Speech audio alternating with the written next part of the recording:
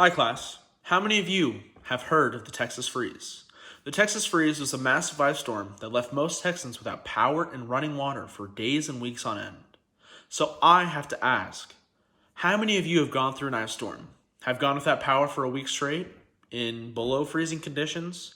Have gone to the grocery store in the pitch black dark trying to buy as much meat as you can before it thaws out and starts rotting? Now, I can't say I've gone through all of these, but I have a lot of friends and family that had to go through this. Now, my name's Taylor Erickson, and I'm going to get to the bottom of who is at fault and what is at fault for the Texas freeze.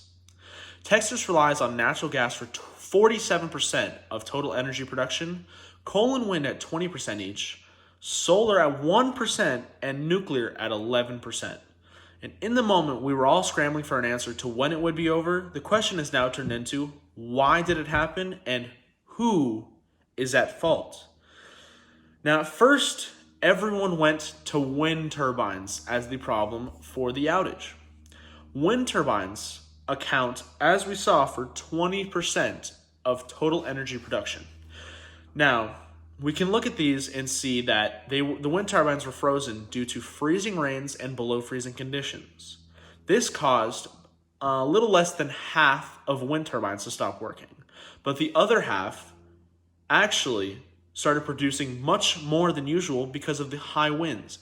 It didn't offset all of it, but it did offset some of the lost energy. And so now that we see that, we can see that that doesn't seem too bad. So we'll look at the legacy energies: gas, nuclear, and coal. Gas pipes in Texas froze because we had not put in freezing pipes, which stopped the supply and led to blackouts. Then we look at nuclear plants.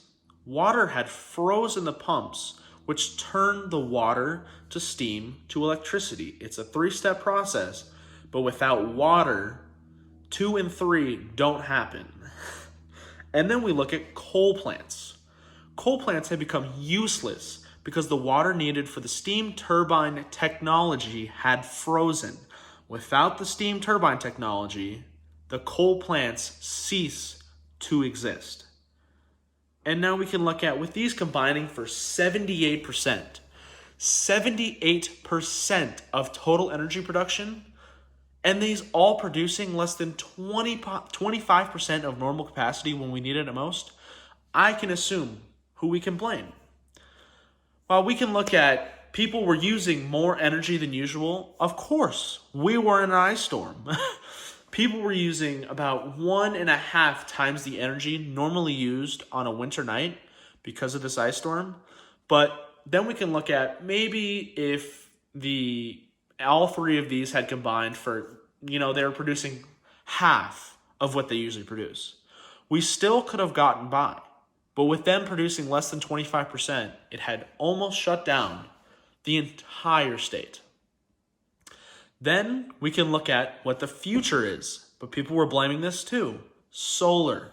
Solar was getting a lot of blame because people found it to be completely useless in the moment. I had a lot of friends that had solar panels, and they were useless. Because the problem with solar, if you put blankets of snow on top of a solar panel, it doesn't work very well. So with these being on their roof, they had no way of getting up there and getting the snow off. So while we can look at that as being the future, right now, it was left completely useless.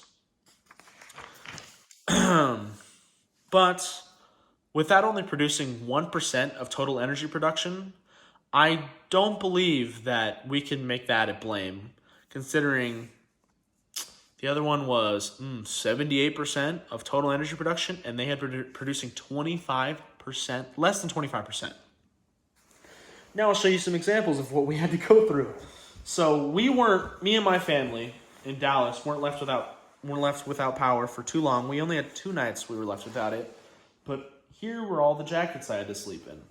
Now, this was a rotation of jackets. It wasn't just these 3. I'm not gross. But I slept with those 3 on. And then there's my brother, who's more of a blanket guy. And he used about 6 this may be all of them, 6 or 7 blankets, and then also under a comforter and sheets and wearing a sweatshirt and pants and socks. So as you can see,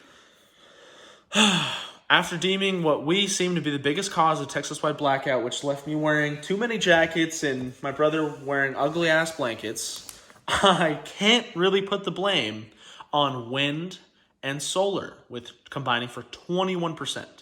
But I can look at the coal, the nuclear, and the natural gas because they combine for such a high percentage.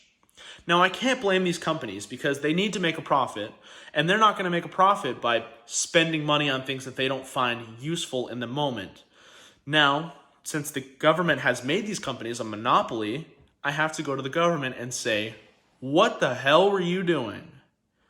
It is your problem to predict the future and prepare for it. So what they should have done was put in these types of pipes that cannot freeze because they insulate and provide heat to these things, which keeps them from freezing. So we really have to look at the government being at fault for all of this, but we can also look towards the future.